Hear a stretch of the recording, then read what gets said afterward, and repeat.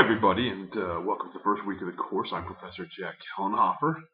I have a black eye, and if you continue to stay tuned in the course, maybe tell you the fun story about how your professor got a black eye.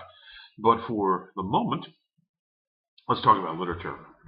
We talk about this often throughout the course, and in a lot of circles, a lot. Like, what is literature? What is not literature? What is valuable? What is valueless? When we talk about what is literature, it's usually in a face-to-face class, a discussion that goes a lot like the professor asking questions and waiting for someone to answer something, and then trying to debunk that idea. For instance, I may ask, what is literature? And oftentimes a class will answer that literature is something that teaches you something. And that's a moral. A lot of times, a book that's a piece of literature might teach you something not all that great. For instance, The Hunchback of Notre Dame. It's a horribly, horribly depressing and sad book, and so when we ask, well, what's the lesson behind Hunchback of Notre Dame, it might be that people are bad, people are evil. It's not really much of a lesson that we want to teach, so I don't know that that's always the case. And so when we consider this big question about what is literature, what is important, we eventually get to the idea that the answer is that literature is entirely subjective. We determine what literature is ourselves. This is important, this is not important. There are many people wandering around with a Harry Potter tattoo somewhere upon their body, and very few with a Moby Dick tattoo on their body. Harry Potter 4 sold 10 million copies in the first day. Well, that's certainly worth something, isn't it? To say that literature is something people react to, well, and certainly Harry Potter falls into that. 50 Shades of Grey sells a great amount of copies, and I don't think many people would say that it's literature.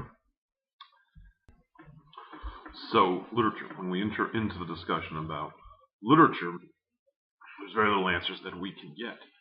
But there is a pragmatic answer. There's a set of pragmatic answers about what literature is, and that is, in many cases, many people who study literature, especially in a freshman first-year course such as this, only study it here and then move on to whatever career or profession they want to move on to, nursing, police officer, whatever. And very often they don't think about literature again. They take literature, when people say this is literature, and give it to them and accept that. And so literature in a lot of ways is given out by academics, people like me, teachers, who will give you a list of things to read. You'll look through your course here and you'll see that we're reading Toni Morrison and Hemingway and Poe and a bunch of people, and I'm presenting these to you as literature. And I have a tie on, usually, and so I must be knowledgeable about these things. And so we accept that. We accept that as literature. So in a lot of ways in the modern world, what is literature is dictated by literature classes. And in a lot of cases, what's dictated in literature classes is what's in your textbook. So we're to look at this question pragmatically. What is literature? What makes up the literary canon? The literary canon is a group of works that people tend to agree on are the important works of that culture. A lot of times we'll talk about the Western literary canon in a course like that. That means important literary works from the West.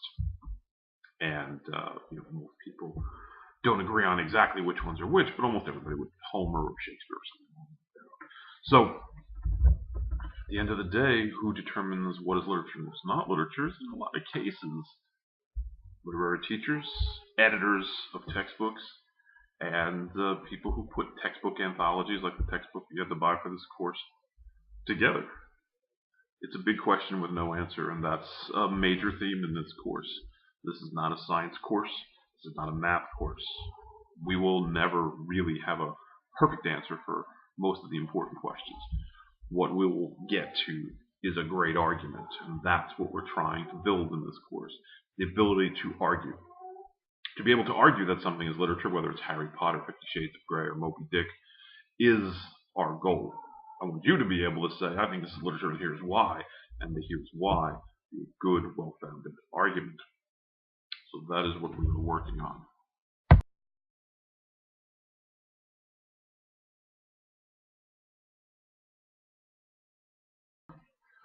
All right, hello again. One of the readings, really only the reading this session, is Keats's On First Looking into Chapman's Homer.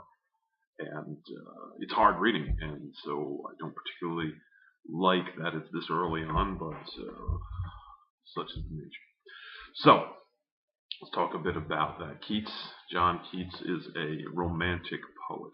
And by romantic poet, we don't mean the same as romance means these days. Romance means love and Valentine's Day and hearts and that sort of thing. In Keats's time, in the 1700s. So, Keats's time, romance meant the love of classical things like Greece, ancient Greece, and of course Rome, romance.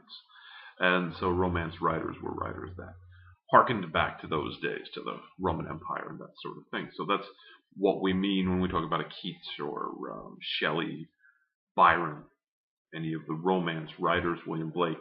We mean somebody who, even though they lived 1,000 years after the Roman Empire, they loved it and emulated parts of what it did.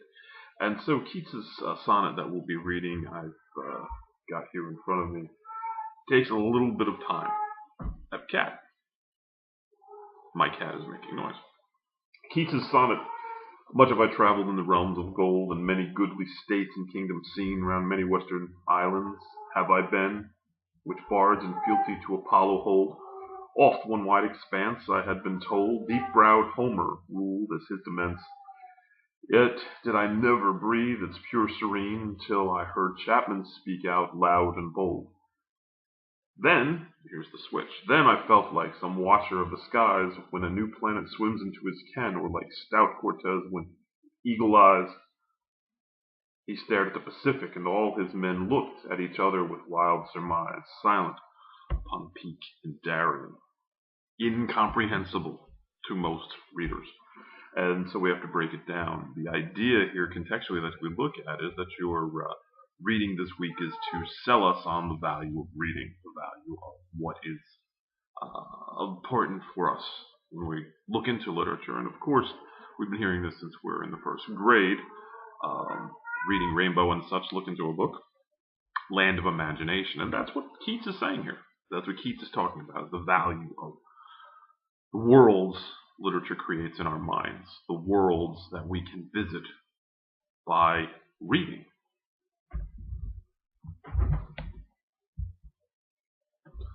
Over my shoulder is a shield from the city of Gondor.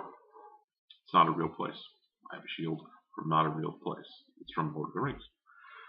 But the imagination takes us to these places and they can become as real. And what Keats is talking about here is Homer, ancient Greek writer Homer.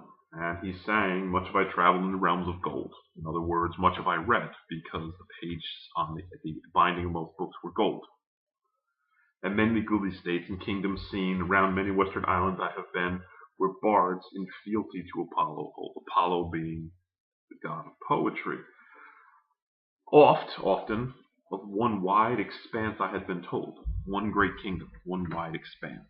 I have been told about it. Deep-browed Homer ruled as his mind. Deep-browed, the forehead, large brain. Deep-browed Homer. So what Keats is saying in the early part of this poem is that I'd heard about Homer. People kept saying, Homer, read Homer. It's the greatest thing. It's going to really blow you away. And you didn't believe it until he read Chapman's Homer. And thus the title. Chapman is a translator.